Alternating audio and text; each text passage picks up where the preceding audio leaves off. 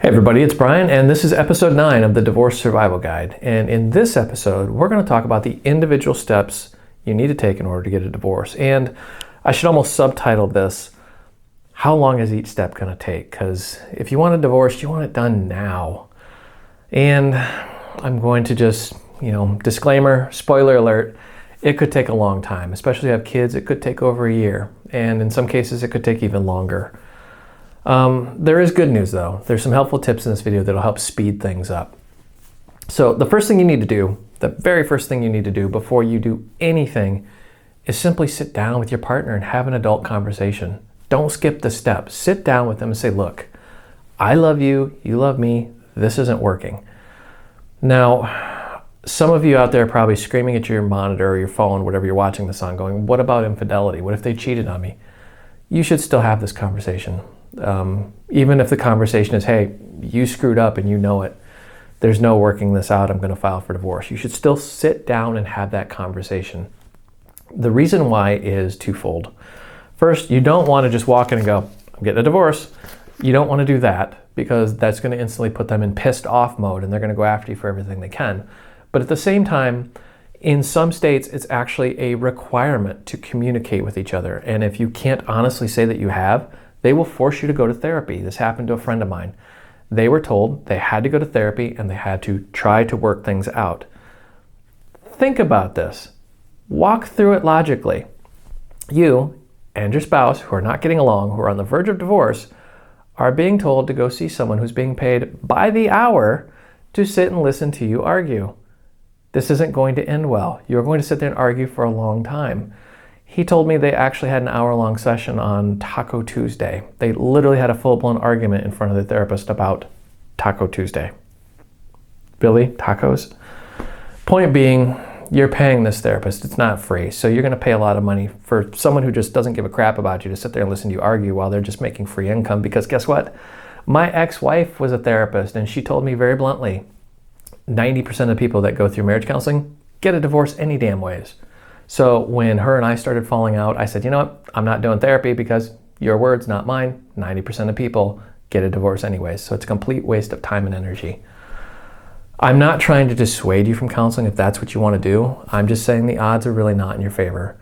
Unless both of you are really willing to work with each other. And you can really tell without even going to therapy, just by sitting down and having an adult conversation. If you can't do that, adding a third party into the mix isn't going to make a bit of difference. The second step, filing. This is that moment where you're just going to rip that Band-Aid off and you're going to say, you know what? I'm going to get a divorce. This is when you're actually in your lawyer's office and you say, hey, I'm going to file for a divorce. They pull out the paperwork.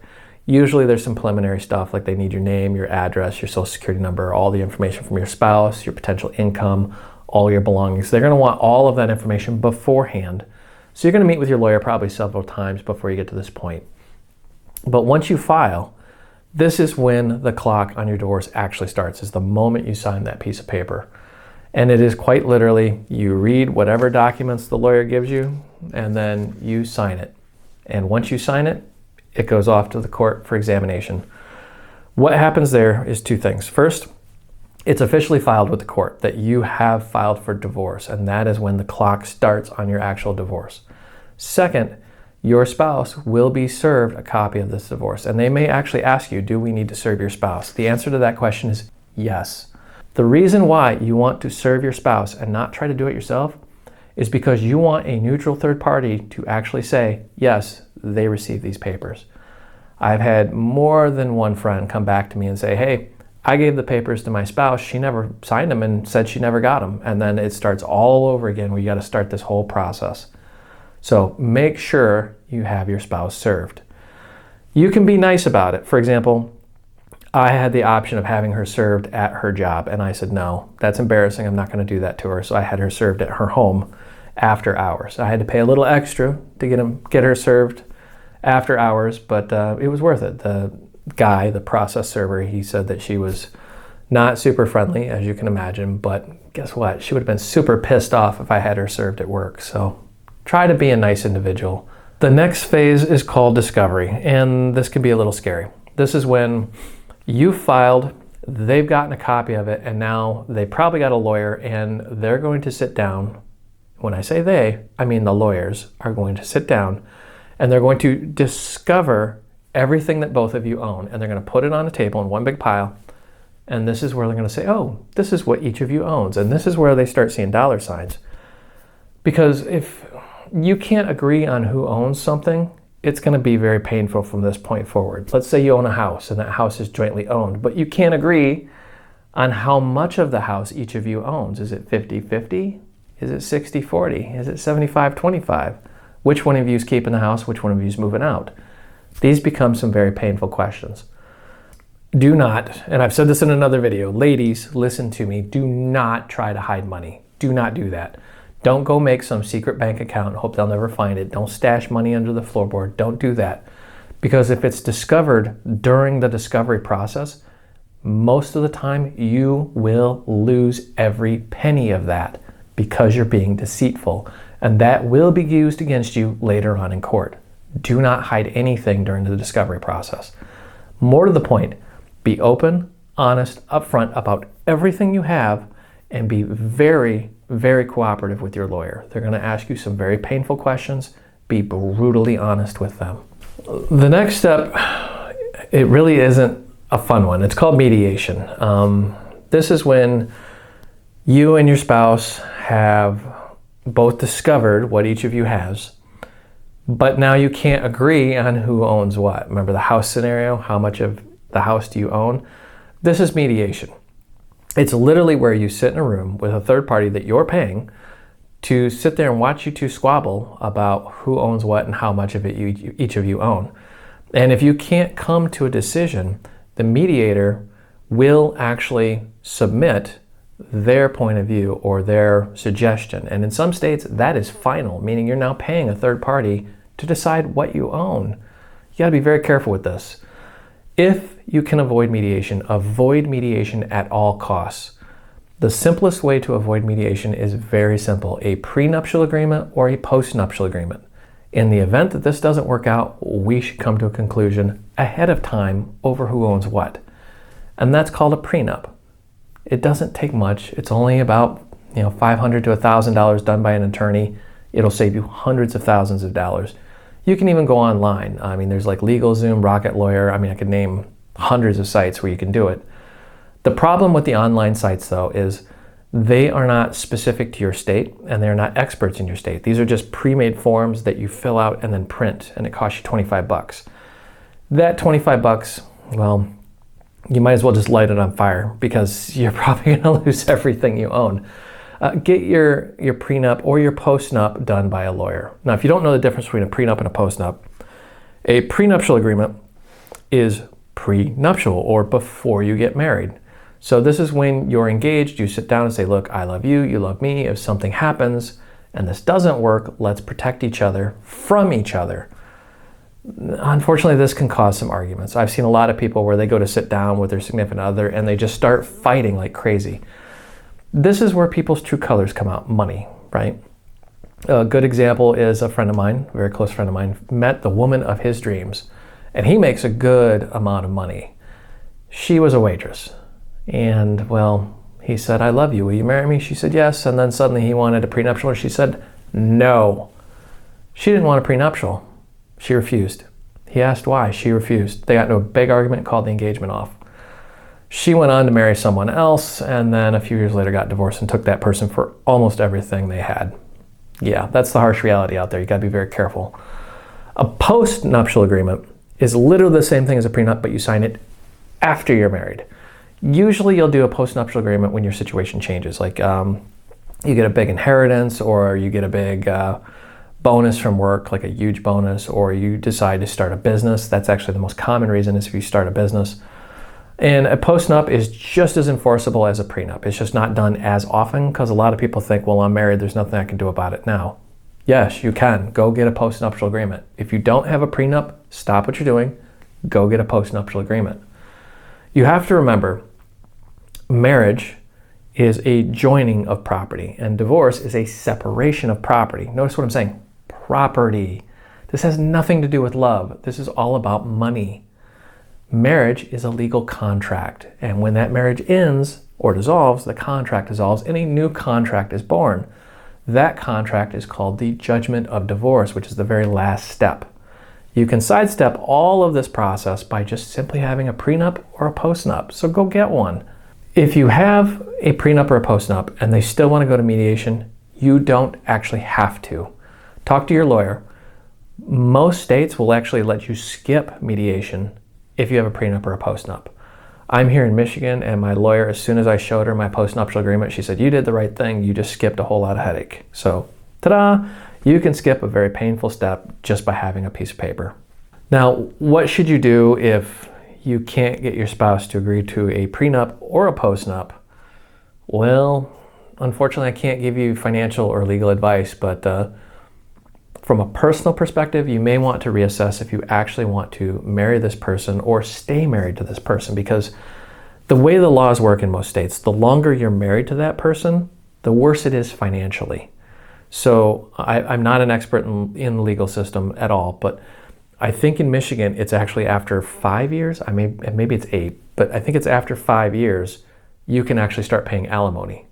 And my marriage was getting right up to that point. So you got to be a little careful here, because after so many years, guess what? You're going to owe them money regardless.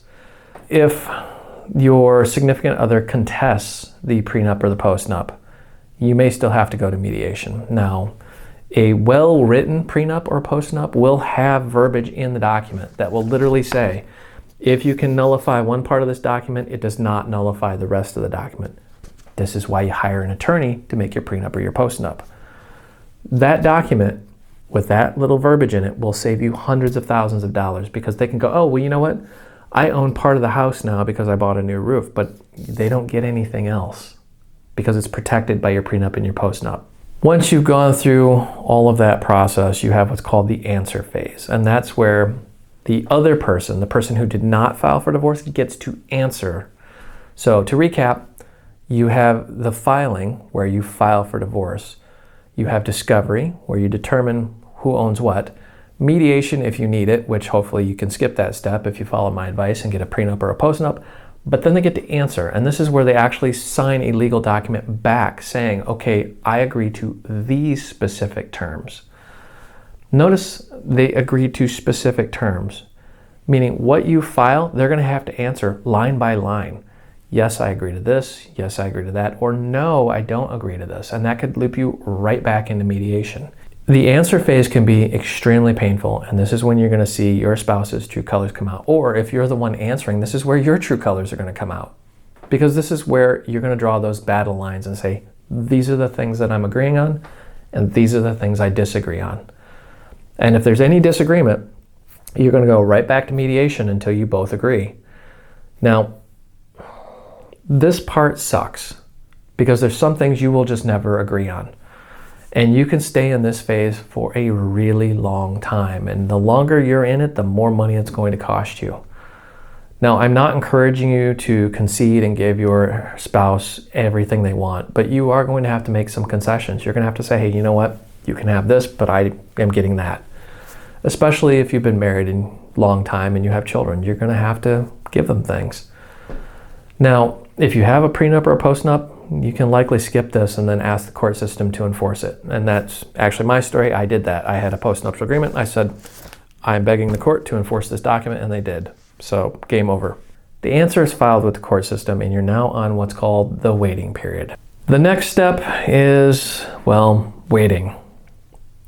And I'll let you in on a little secret. Waiting sucks. It sucks really bad. So it's called waiting because in most states you have a mandatory waiting period. And it can vary from state to state and situation to situation. So for example, I'm here in Michigan. The mandatory waiting period in Michigan is 90 days. Unless you have children, then it's 6 months. Notice that. If you have kids, boom, 6 months, half a year. Yeah, it sucks. The good news is the waiting period actually starts the moment you're in step one and you file for divorce. The moment you sign that document, boom, that timer starts. Now, this can be very painful. It's typically during the waiting period you're going to see your significant other out on dating sites, screwing around, being with other people, blowing a lot of money, acting stupid, and trash talking you. this is where you're going to have to really buckle down and you're going to have to be an adult. This is where you want to focus on a lot of self-improvement, read a lot of good books, hang out with friends and family, people you trust, people that have your back. Go get therapy if you need it. But you know what? Above and beyond anything else, take care of you. Take care of yourself. Find purpose in life. And this may be painful because your life may be changing. You may be moving out. You may be in an apartment. You may actually be homeless. And you may still have to pay them money at the end of all this. Men, I'm sorry guys, we get the short end of the stick in this game. We really do. And that's why it's critical you get a prenup or a postnup. And ladies, I'm going to break it to you. Just because you're a lady doesn't mean you automatically get the house. Doesn't mean you automatically get anything. So regardless of who you are and what your situation is, the waiting game sucks. And I would encourage you to take some very solid steps during the waiting game. Step 1, no contact with your spouse, like zero contact at all with your spouse if you can avoid it. This is going to be impossible if you have kids, then you have minimal contact. Also, social media, stay off of it. Deactivate your Facebook account, log out of your TikTok, whatever you've got, log out of Instagram, get rid of it all. Because anything you do will be used against you in court later on. And if you're out screwing around on dating sites and seeing other people, that judge is not going to be nice to you because everything you do can be used against you in court. Think about that. Now, some things to do during the waiting game is better yourself. Find a new hobby, find a new passion, find a reason to get out of bed and love life. Because guess what? At the end of all this, you're going to be an absolute train wreck if you don't start processing some of this internal trauma that you have. The time to start processing that, it's right now. All right, the next step is called judgment or going to trial. And it is exactly what it sounds like. It's a judgment or going to trial. Judgment is if you have agreed to everything. Both you and your spouse have come together, you've gone through mediation if you needed it, you both, answered back and forth and you both agree. It's literally going to go to court and about 15 minutes later you're divorced. It's that fast. Going to trial is a different story. If you've gone through this whole process and you and your spouse just cannot agree, it's going to go to trial where you're going to have to sit in a courtroom with a judge. And the mediator is going to say, Your Honor, these are my suggestions. And the judge is going to probably take sides with the mediator, not with you or your spouse. You may have to get up on the stand. You may have to testify. And this right here is where all that dirt that happened during the waiting game is going to come to the surface. If you're out on a dating site screwing around acting like you're single, guess what? The first thing they're going to say when they get up in front of the judge, Your Honor, they were cheating. Some states, you're going to get the book thrown at you. You got to be very careful here. If you go to trial, know two things. First, it will be okay. It may not be okay today, but eventually it will be okay. And second, the law is not on your side. There are no winners in this. There really aren't. I don't care if you're man, woman, I don't care if you have the kids, don't have the kids, I don't care if you're a billionaire or if you're minimum wage. The law is not your friend. There are no winners in this. Just bite down, find your happy place, and know that things will get better eventually. I'm sorry. I wish I had better news for you. And the last piece of this is what I call aftermath. And this is, after the divorce. Because sometimes when you're divorced, that's not really the end. It's actually the beginning of a whole new set of problems. Where you're going to live, if you have children, how are you going to see your kids? How are you going to, handle and interact with your ex around your kids and those kind of things? Do you got to go get a new job? Do you got to relocate? Are your kids in a new school? I mean, you're going to have a whole new set of problems. And aftermath can be just bloody scary. It really can, because your whole life just got shooken up like a snow globe and everything is moving at 1,000,000 miles an hour. This is the exact opposite of the waiting phase. This is where your life is just completely in turmoil and you are just struggling to tread water. There are some helpful tips. There are some things you can do. And a lot of that is what I've already said. Get therapy. Go talk to your medical doctor. Tell them the situation, what's going on. Both of those two things can help you immensely. And at the same time, have good friends. Go make new friends if you don't have any. Find people to hang out with. Find people to talk to. find new creative hobbies and things to do, find new passions in life. Because guess what? When you're in the aftermath, those are the things you're going to have in your life, because your spouse will be gone. And 9 times out of 10, your spouse will be dating someone else. Now, in regards to dating, yeah, the aftermath is where you do this. That's where you go date. But don't jump into it just yet. I'm going to do a whole video on that. You want to ease into dating because you still have all that trauma and pain from your divorce baked right into your heart, and you're just going to project that onto someone else, and it's going to not go good. All right, just for fun, I thought I would go over my actual divorce and the timeline to give you kind of an overview. For reference, I am obviously single white male, and I live here in Michigan. I am, at the time of this recording, 49 years old. I am old as dirt. I'm 49 years old, and we had no children together. We were only married for 3.5 years. I am an executive professional with a large agency, and she is a therapist. She's actually a director of a rehab, but she has a master's degree in psychology. And ironically, she's done couples counseling and marriage counseling. So it just goes to show you can have the best case scenario and still get a divorce. So timeline of my specific divorce. February 1st, actually, sat down and had the talk. We'd had the talk numerous times before, just wasn't working out. I tried to sit her down and just, say, hey, this isn't working. She didn't really want to listen, got up, slammed doors, and walked out, and I just kind of went, happy trails. 2 days later, February 3rd, she moved out. 2 days later, let that sink in. What that tells me is that she already knew it was coming. She already had a place to go. She was probably thinking divorce herself, but she moved out 2 days after we had the conversation. Completely blew smoke up my butt and said that she got an apartment with 2 days. I know better. This is post-COVID-19. There is what we call a renter's crisis, where just to get an apartment takes like 30 to 60 days. She had one in 2 days. I actually waited. I waited until after Valentine's Day to file. I actually filed for divorce on February 20th. So, from talk to filing, like almost a month went by. This is what I mean by it's critical you have those conversations with your spouse. I tried to talk to her numerous times during this.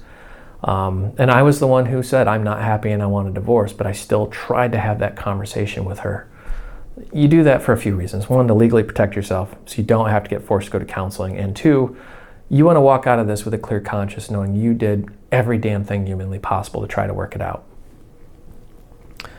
All right, now in March, we actually got back together. What the hell was I thinking? We actually got back together, and we did what's called a strip order. And what that means is you can actually go to the court and say, hey, you know what? We had filed for divorce, but it was a mistake. We want to strip that from the court system. She signed it, I signed it. We both agreed to try to work on the relationship. And what that did right there was it took the previous filing and threw it out the window like it had never happened. It was still a court record, but we didn't get divorced, and it wasn't being processed by the court system. Yes, you can actually do that, and it's very common. In June, actually June 29th, I broke up with her again. I wasn't liking how things were going, and her true colors started coming back out. See, what happened was we got back together, she got comfortable, and then her old personality came back out, and I went, you know what? I'm done. I can't do this anymore. I sat her down again and said, look, this just isn't working. I'm going to file for divorce. She got super pissed, as you can imagine, and she was already treating me like crap, so it wasn't that big of a deal. Point being, you can try your best and it still won't work out. I'm going to level with you. This next part's a little painful for me to talk about. So July 5th, I had that talk with her previously. Hey, this isn't working out. I'm going to file for divorce. And I hadn't. We're still legally married. And a friend of mine sent me screenshots of my wife on dating sites. As you can imagine, I was not a happy camper. And I messaged her and said, look, I was hoping we could work things out, but your true colors are coming out. So I'm not going to stay married to someone like that. And I refiled for divorce. July 14th, she was served divorce papers. I had her served at her house. Remember, early in the video, I had the choice of having her served at her job or at her house. These process servers, they just simply don't care. They'll show up while you're on the toilet. They do not care. And I was a nice guy about it, and I had her served at her home after hours. Cost me a little extra money because no one wants to work after hours, but didn't want to serve her at her job. That would be embarrassing for her. The way it works here in Michigan, and I'm not sure about all states, but once she got served, she had 30 days to respond. Almost a full 2.5 weeks went by and I didn't hear jack. Now, the last conversation her and I had, I said, hey, I'm going to file for divorce because you're on a dating site. And she's like, fine, I'll sign it immediately, and then whatever. But 2 weeks goes by, so I knew she was up to something. I really didn't know what. And then suddenly she answered back.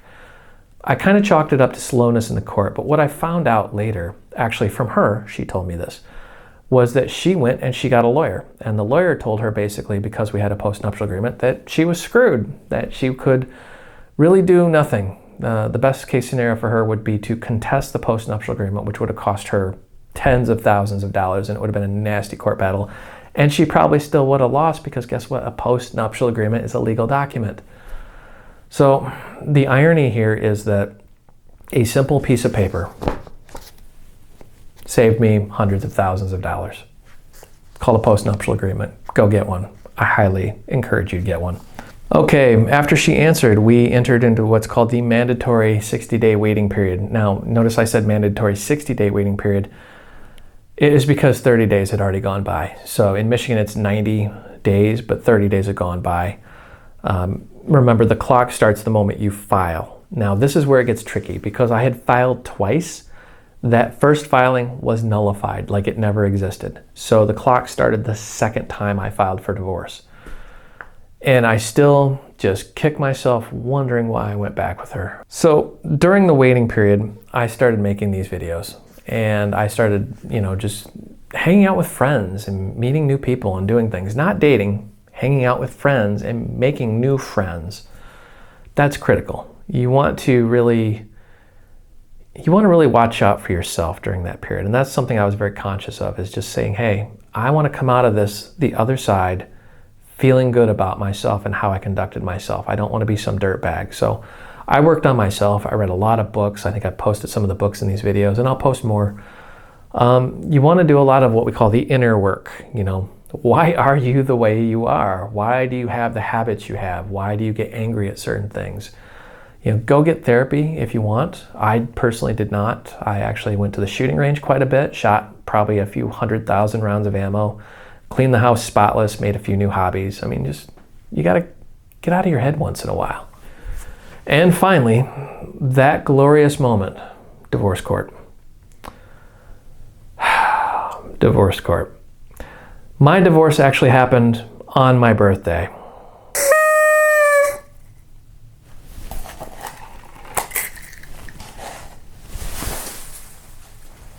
Really? Yeah, on my birthday.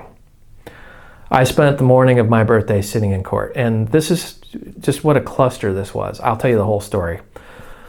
So the way court systems are after COVID is they're very backed up and they're very chaotic. And my court case was actually done on Zoom.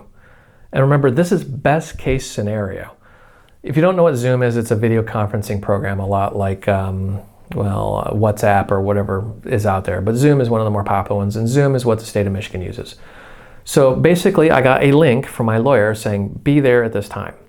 Okay, so I dial in and I just get this blank screen. It had that little spinny wheel icon thing, and it did that for about 20 minutes. I had logged in about 15 minutes early, so I'm sitting there, and my court case, I think, was at 10 o'clock, and 10 o'clock comes, 10 o'clock goes, 10:05, 10:15, 10:30. I'm still sitting there with just a blank screen. And I'm like, what is going on? So I actually went through the documents again, and there was a phone number. So I dialed into the phone number, and I'm on there for a good 10 minutes, and I'm looking at a blank screen, and I've got my phone, and I'm sitting there like nothing's happening. And then suddenly somebody comes on the phone and goes, who's on the line? And I'm like, my name is Brian. I have a court case this morning. And she goes, please hold. Boop, puts me on hold.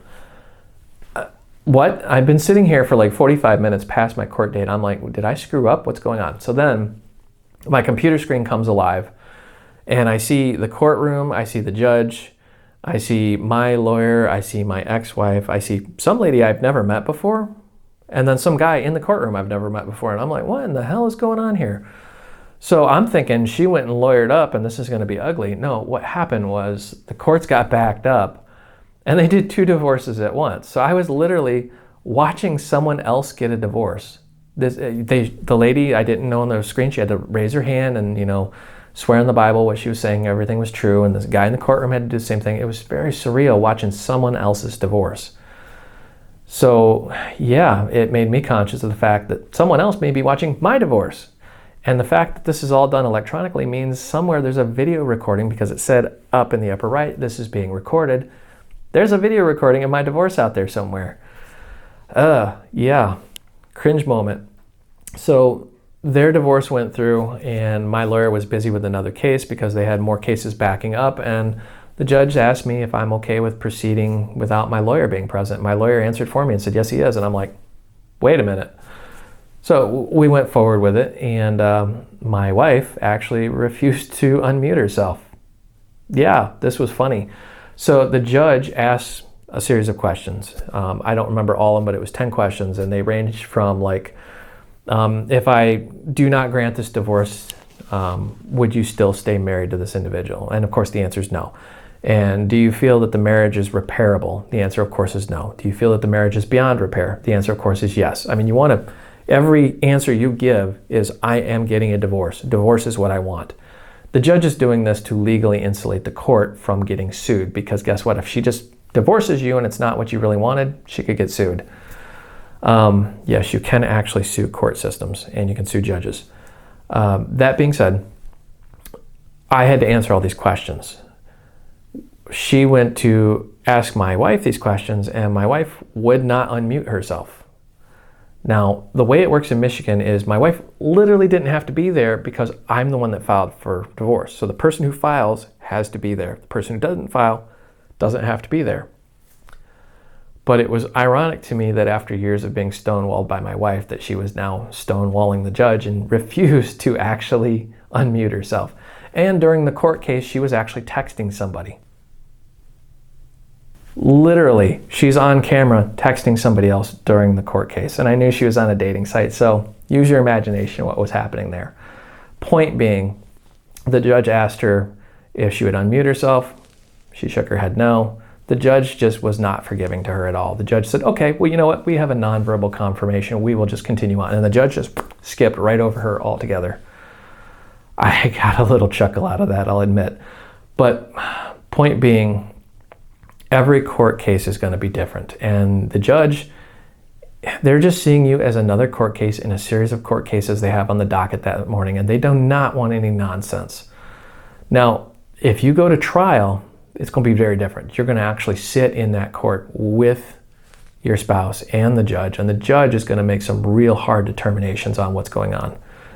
Now, in my specific case, the judge upheld my postnuptial agreement. So everything that I wanted, I got, and everything that she wanted, she got. Best of both worlds, win-win. Not really. No one wins in a divorce, but that was the best case scenario. Some final thoughts here. Well, this is a painful process, and I'm going to make a video on every single part of this just to kind of give you the details of each step, but you're going to get through this. It's going to suck, but you'll get through it. You're going to want to avoid some pitfalls and some traps, like don't start drinking, don't get into drugs, don't start dating.